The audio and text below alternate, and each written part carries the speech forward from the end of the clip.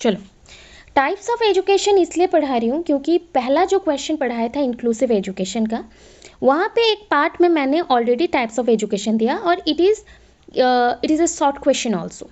ठीक है, ये आपका शॉर्ट क्वेश्चन भी है जहाँ पे बार बार पूछा जाता है कि टाइप्स क्या क्या है। तो अब टाइप्स ऑफ एजुकेशन में हमारे पास ऑलरेडी इंफॉर्मेशन है इंक्लूसिव एजुकेशन का। तो यहाँ पे क्या क्या और एजुकेशन है, मेन स्ट्रीम एजुकेशन है एक, मेन स्ट्रीम एजुकेशन किसको कहते हैं वो मेंशन हुआ है, उसके बेनिफिट्स शॉर्ट क्वेश्चन के बेसिस पे। फिर इंटीग्रेटेड एजुकेशन एक है, इंटीग्रेटेड एजुकेशन रहेगा, उसका इंपॉर्टेंस नीड्स सब कुछ मेंशन होगा। फिर उसके बाद आपका स्पेशल एजुकेशन रहेगा, तो ये आपका स्पेशल एजुकेशन है। ठीक है, इतना ही है।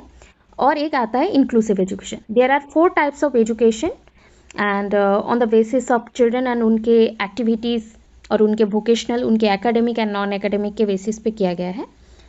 ठीक है, अब डिस्कस कर ले रहे हैं फिर से हमें डिस्कस कर लेना है।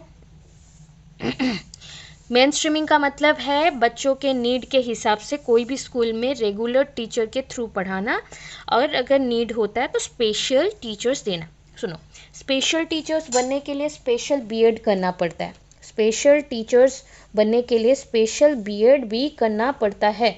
ठीक है, ये चीज़ में याद रखना। स्पेशल बीएड अगर कर रहे हो तो जो भी नॉर्मल बच्चे हैं उन लोगों को हैंडल करने के लिए नहीं, बल्कि उनके साथ साथ स्पेशल बच्चों को जो इनको डिमांड है, कुछ नीड है, उनको हेल्प करने के लिए होता है। रेगुलर स्कूल में हो सकता है। मेन स्ट्रीमिंग डजंट इन्वॉल्व कि वो बच्चों को प्लेस करे फुल टाइम स्पेशल स्कूल में।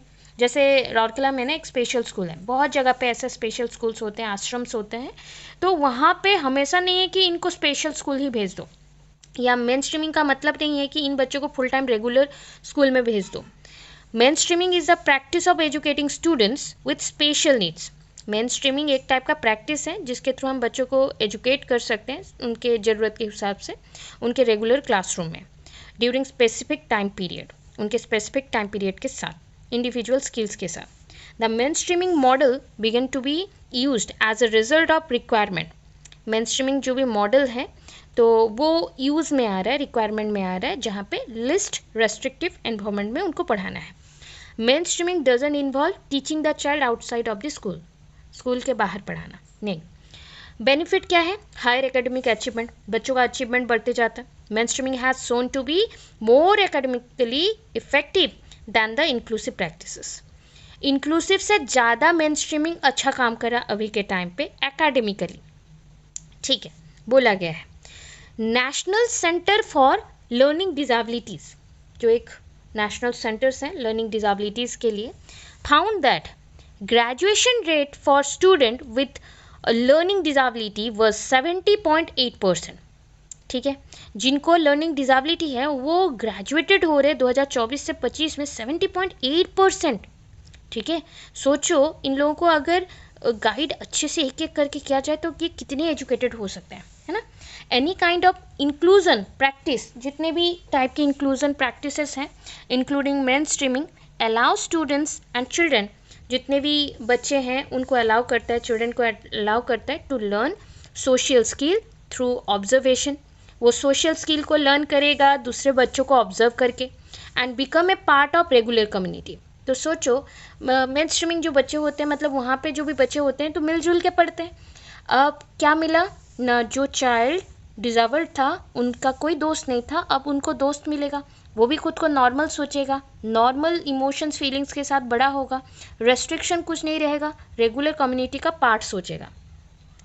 Main streaming is practically beneficial, main streaming practically बहुत बेनिफिशियल है किसके लिए ना, ऑटिज्म चाइल्ड एंड ADHD बच्चों के लिए, attention deficit hyper sensitivity disorder.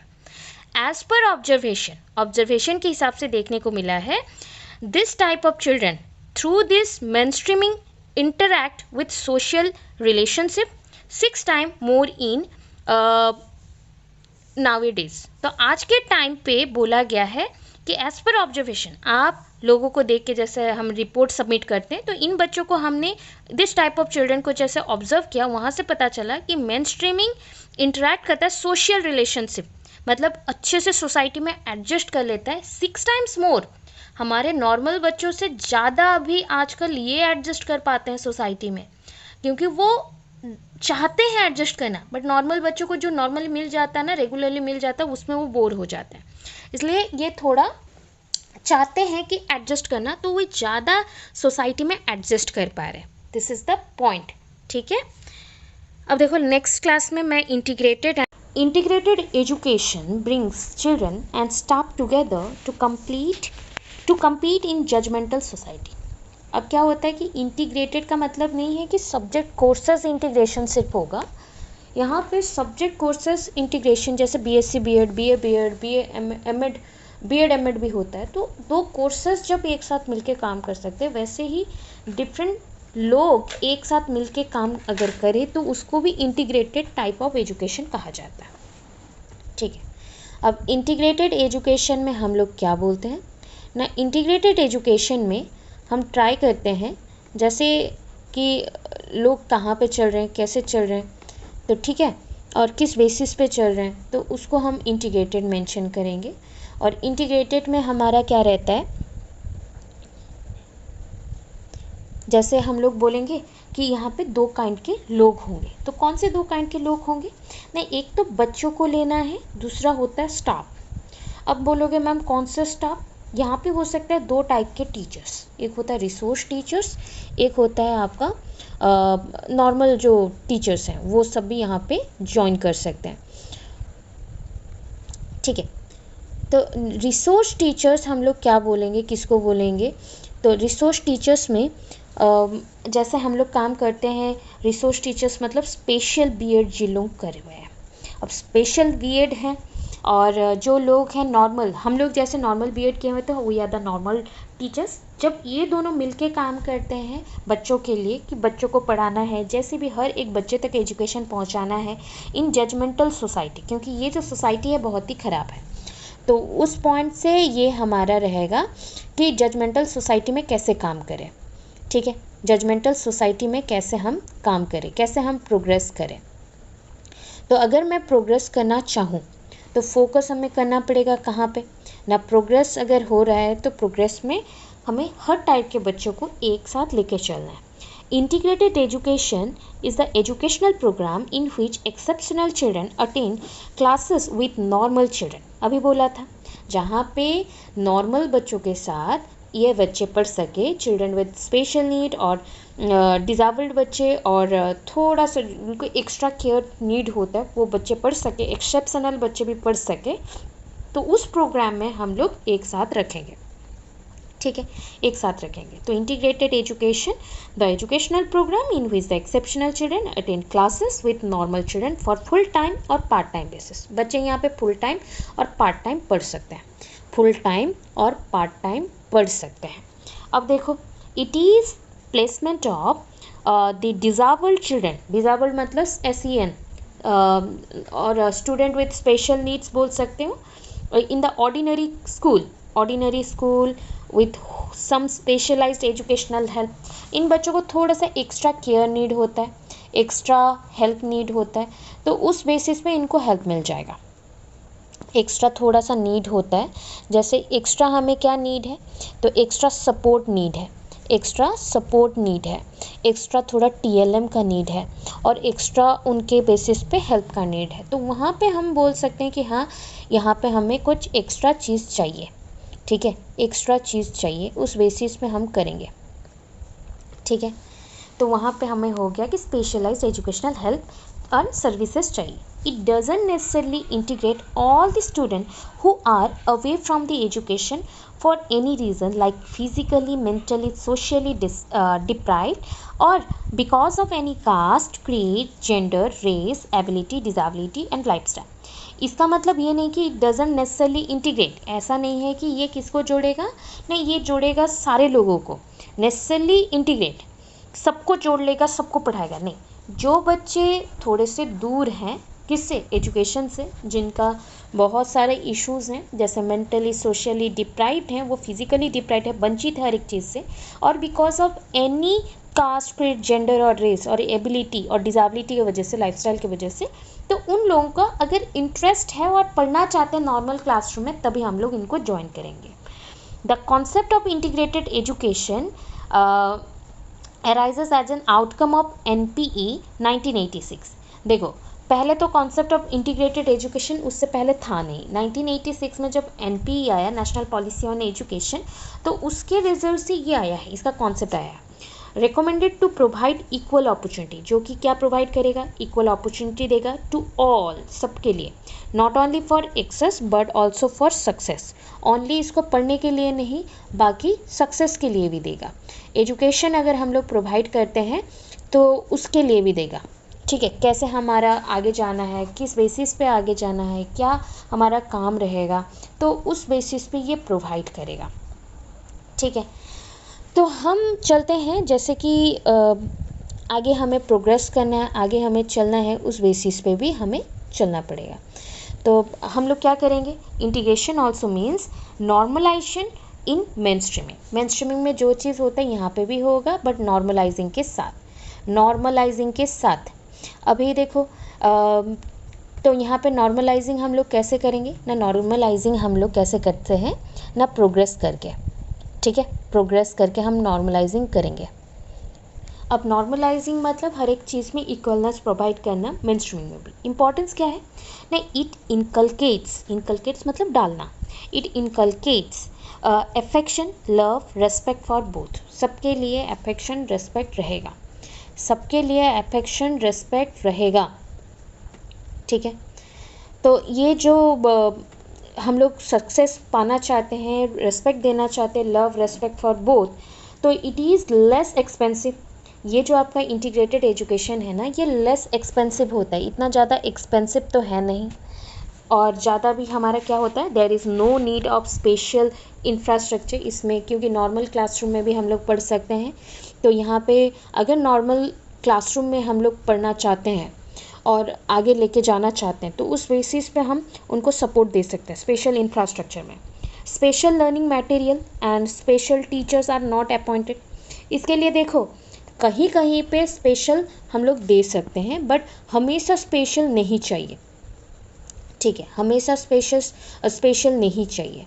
क्या स्पेशल नहीं चाहिए, जैसे हम प्रोग्रेस करना चाहते हैं, तो वहाँ पे हम प्रोग्रेस में क्या देंगे, प्रोग्रेस में जैसे आगे बढ़ना चाहते हो, और अगर मैं चाहती हूँ कि बच्चों को सब कुछ मिले, तो हमें वहाँ पे रेगुलर क्लासरूम में रेगुलर टीचर्स के साथ ही करना पड़ेगा। Special learning material, special teachers are not appointed, यहाँ पे अपॉइंट तो किया नहीं जाता, बट हम लोग बना सकते हैं। तो ठीक है, ये चीज़ हो गया। उसके बाद आगे क्या चलेंगे ना, आगे का प्रोग्रेस है, जैसे हम आगे प्रोग्रेस करेंगे तो डिसेबल्ड और चैलेंज स्टूडेंट्स में get help from the peers. यहाँ पे बच्चे एक साथ पढ़ेंगे, तो जब एक साथ पढ़ रहे हैं तो वहाँ पे प्रोग्रेस तो होना ही है। और जहाँ पे सोचो कि डिसेबल्ड बच्चे और नॉर्मल बच्चों के साथ एक साथ पढ़ेंगे, मतलब हो गया कि उनको हेल्प मिल जाएगा, सपोर्ट मिल जाएगा, और हर एक पर्सन्स को इक्वल ट्रीटमेंट मिल जाएगा। लर्निंग में अगर हेल्प नहीं मिलता है तो हेल्प मिल जाएगा, तो वो पॉइंट पे हमें काम करना पड़ेगा।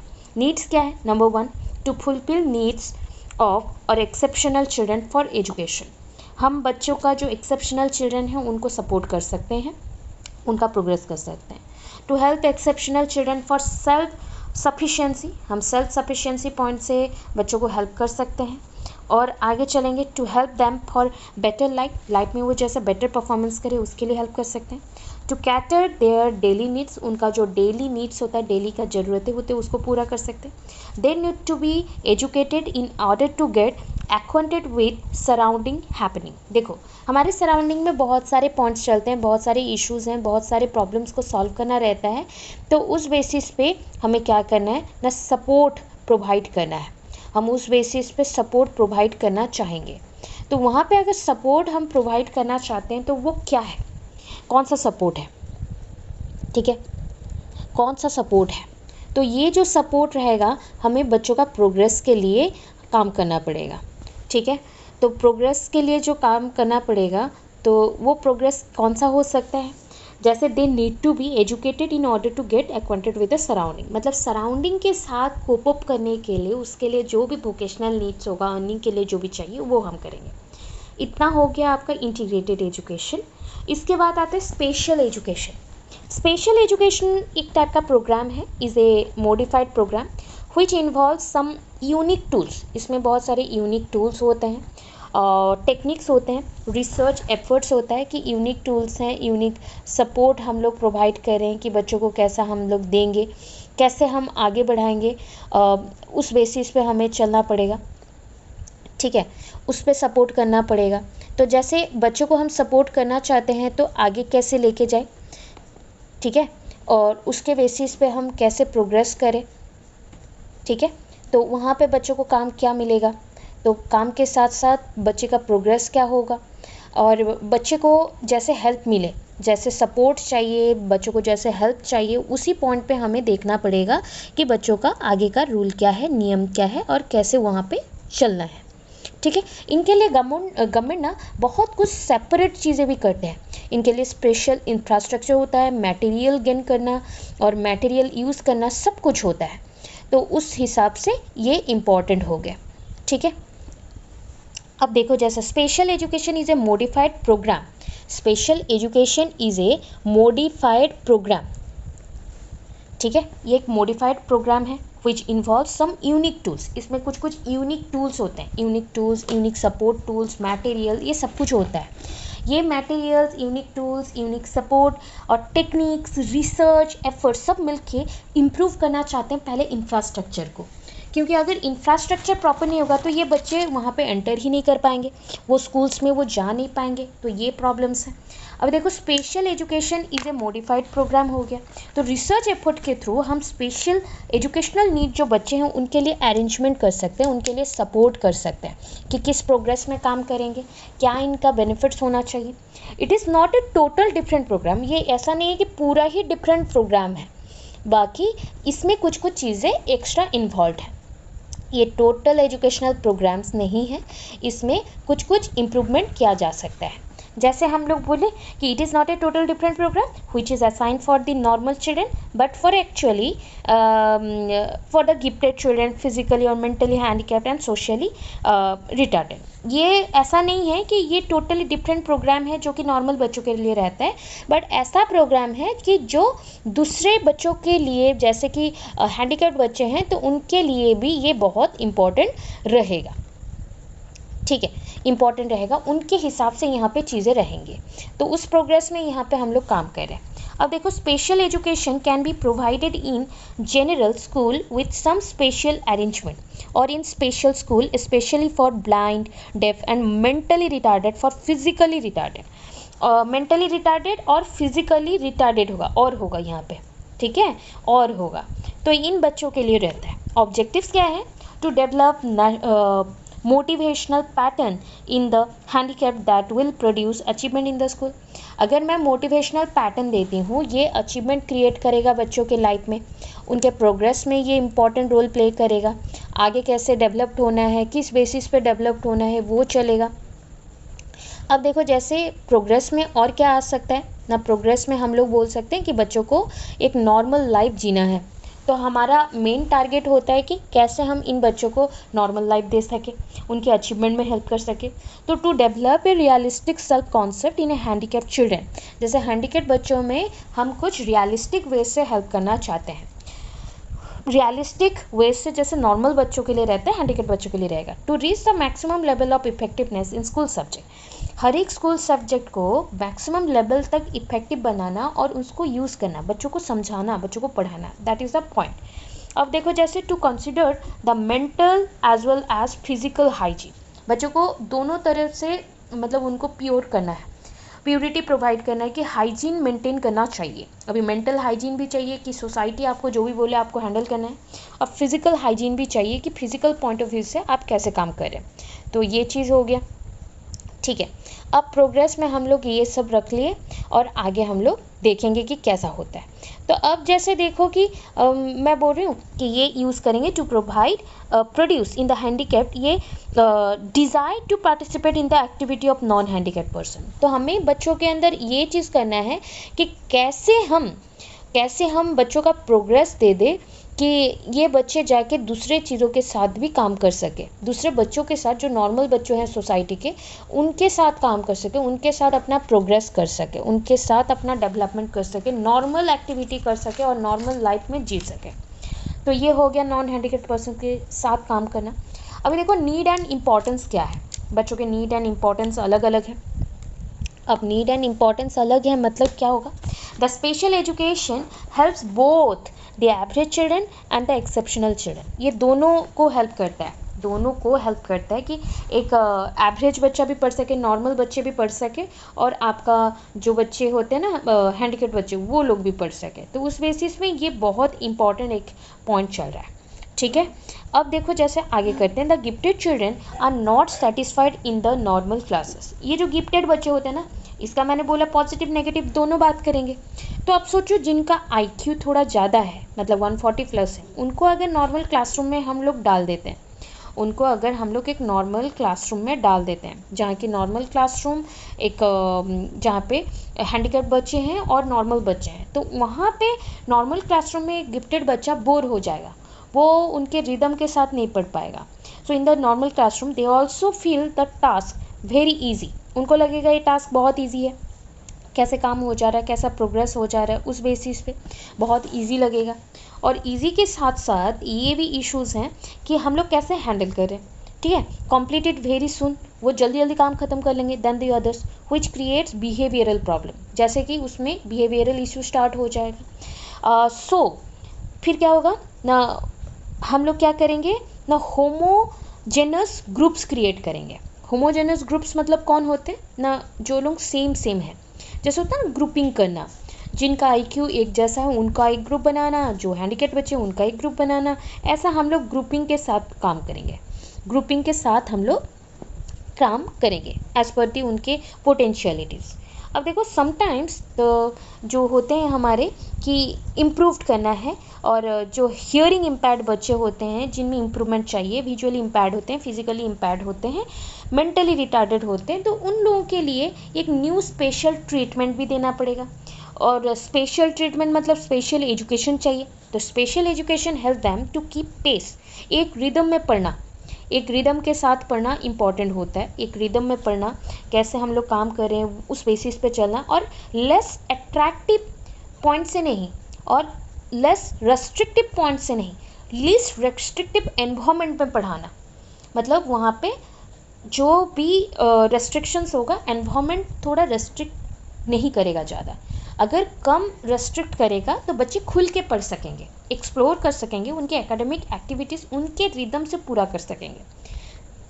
Special education is not only useful exceptional children, ये ओनली यूजफुल नहीं है एक्सेप्शनल बच्चों के लिए, बट ऑल्सो असिस्ट, ये ऑल्सो असिस्ट करता है the teachers to resolve the learning difficulties, मतलब टीचर्स में भी लर्निंग इश्यूज़ को सॉल्व करने के लिए यूज़ होता है। Special education stimulates, special education क्या स्टिमुलेट करता है, stimulate the children to participate in different co curricular activities, different co curricular activities में पार्टिसिपेट करने के लिए हेल्प करता है। Special education tends the children to fresh up their intellectual abilities. देखो जैसे कि एक चिल्ड्रन विद स्पेशल नीड्स हैं, वो अगर नॉर्मल क्लासरूम में जाता है तो उनको नए नए आइडियाज़ मिलेंगे, क्योंकि वहाँ पे नॉर्मल बच्चे भी हैं, तो उनके साथ जब मिलता है तो उनको अपना क्लासरूम बहुत अच्छा लगता है, इंटेलेक्चुअल आइडियाज़ मिल पाते हैं।